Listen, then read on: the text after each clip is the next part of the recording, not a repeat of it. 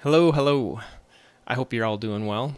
I just finished reading R.U.R, a three-act play written by Karel and published in 1920. I'm not sure about the pronunciation of the author's name.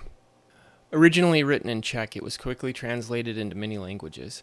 I read the translation done by Claudia Novak in 1989 and published by Penguin. The first English translation omitted significant lines from the play. As such, I recommend reading Novak's unabridged translation or one of a few that have appeared since. I found this science fiction play moving and compelling as a piece of drama, with profound ideas and beautiful language.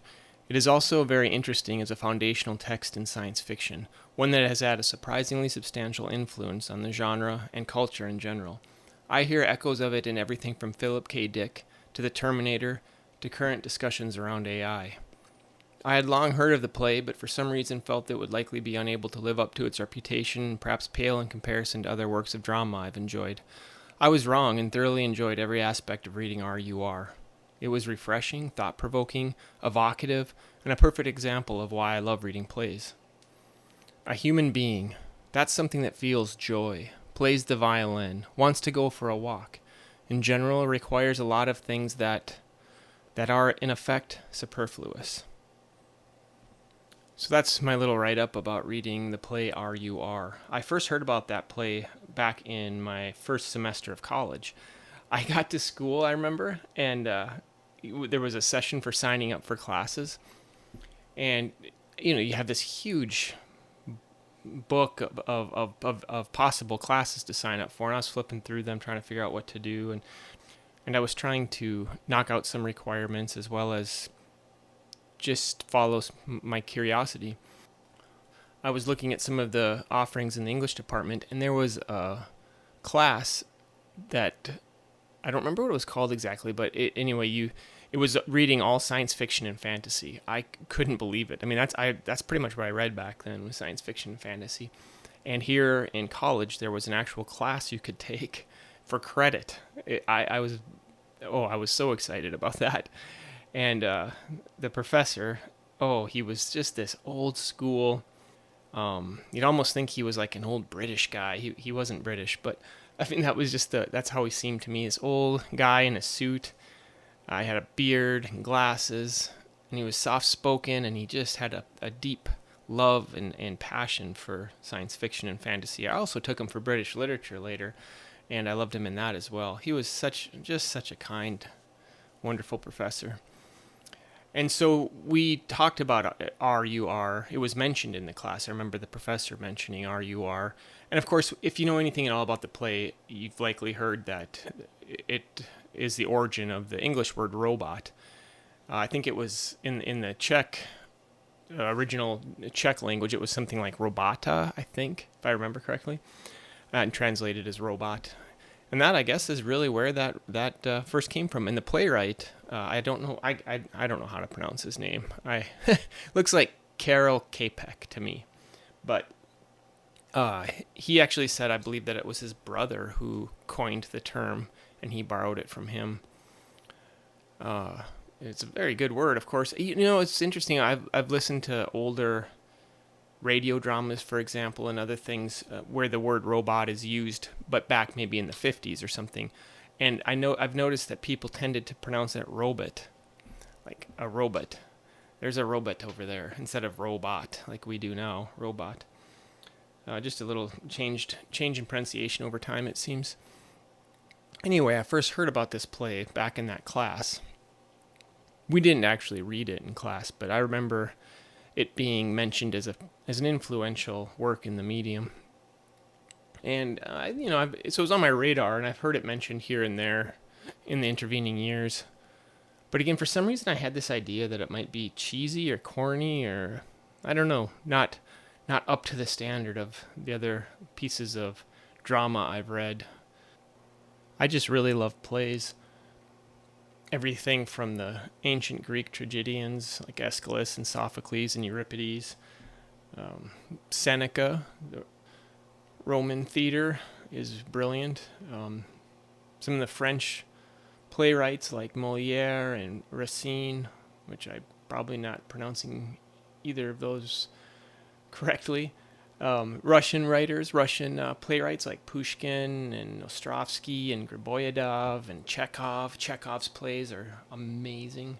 I I used to think I loved his short stories so much that I avoided his plays. I thought they would just be unable to match the short stories in intensity and power. And I was totally wrong. The plays are fantastic.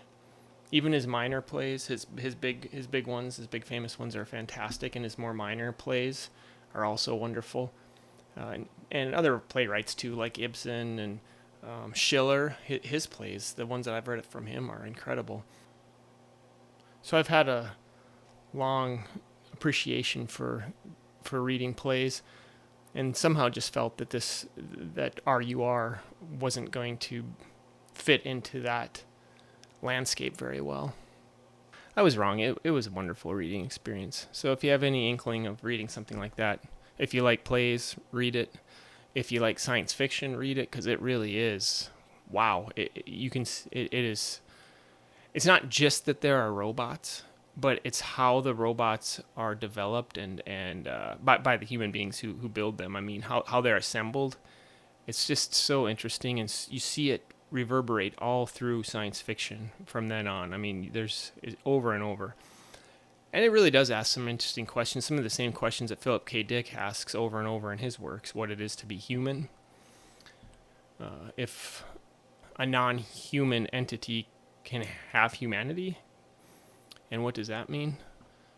So if you're interested in any of those kinds of questions, or drama in general, the format of reading plays, I would just very much recommend it. That science fiction and fantasy class I mentioned back in college, now I'm thinking about that. That'd be cool to still have the syllabus. Perhaps I do somewhere in a box of papers, but I remember, I think we read The Hobbit. That was the only fantasy we actually read in the whole class. Everything else was science fiction, but we read The Hobbit. We read A Canticle for Leibowitz, which is one of my favorite science fiction books, and just one of my favorite books. I loved it when I read it. I remember going into it knowing absolutely nothing. I'd never heard of it. I was obviously very young. Well, maybe not obviously. Some people go to college when they're older, of course, but I was very young. I had never heard of it. The professor told us nothing about it in advance. Hardly had the internet then. So I didn't know anything about it.